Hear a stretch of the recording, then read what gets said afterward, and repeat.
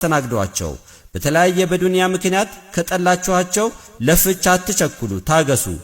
በሚስቶች ላይ አንድ የጠላችሁት ነገር ቢኖርና ብትታገሱ በዚህ በትግስታችሁ ሰበብ አላህ ብዙ መልካም ነገር ያደርግላችኋል وإن أردتم استبدال زوج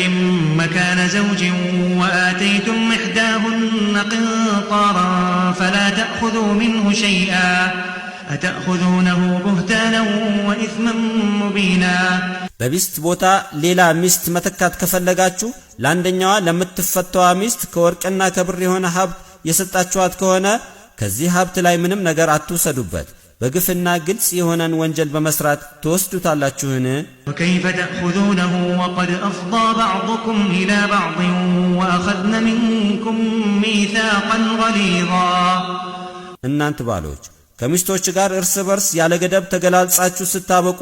ሚስቶችን በአግባቡ ልትይዟቸው ካልሆነም በሰላም ልታሰናብቷቸው የጠበቀ ቃል ኪዳን እየተጋባችሁ ሳለ በፍች ጊዜ ከሰጣችኋቸው ሀብት እንዴት ትወስዱባቸዋላችሁ ولا تنكحوا ما نكح آباؤكم من النساء إلا ما قد سلف إنه كان فاحشة ومقتا وساء سبيلا ከሴቶች አባቶቻችሁ አግብቷቸው የነበሩትን አታግቧቸው ያለፈው ሲቀር ባለፈው ወንጀል አትጠየቁ ይህ ለልጅ አባቱ አግብቶ የነበሩትን ሴቶች ማግባት በእስላም ትልቅ ነውርና የተወገዘ ነው እንዲህ አይነት ተግባር መከተል መንገድነቱም በጣም ከፋ حرمت عليكم أمهاتكم وبناتكم وأخواتكم وعماتكم وخالاتكم وبنات الأخ وبنات الأخت وأمهاتكم اللاتي أرضعنكم وأخواتكم من الرضاعة وأمهات نسائكم وربائبكم اللاتي في حجوركم من نسائكم اللاتي دخلتم بهن فإن لم تكونوا دخلتم بهن فلا جناح عليكم وحلائل أبنائكم الذين من أصلابكم وأن تجمعوا بين الأختين إلا ما قد سلف إن الله كان غفورا رحيما እናቶቻችሁ ሴት ልጆቻችሁ እህቶቻችሁ የአባት እህት አክስቶቻችሁ የእናት እህት አክስቶቻችሁ የወንድም ሴት ልጆች የእህት ሴት ልጆች እነዚያ ያጠቧችሁ እናቶቻችሁ የመጣባት እህቶቻችሁ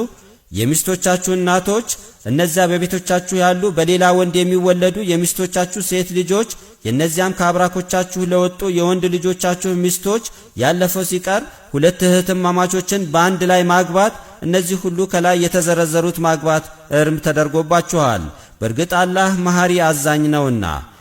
የሚስቶቻችሁን ሴት ልጆች ማግባት የሚከለከለው ሚስቶቻችሁን የግብረ ሥጋ ግንኙነት ከፈጸማችሁ ነው ካልፈጸማችሁ ሚስቶቻችሁን ስትፈቱ ሴት ልጆቻቸውን ብታገቡ ምንም ወንጀል የለባችሁም والمحصنات من النساء إلا ما ملكت أيمانكم كتاب الله عليكم وأحل لكم ما وراء ذلكم أن تبتغوا بأموالكم محصنين غير مسافحين فما استمتعتم به منهن فآتوهن أجورهن فريضة ولا جناح عليكم فيما تراضيتم به من بعد الفريضة إن الله كان عليما حكيما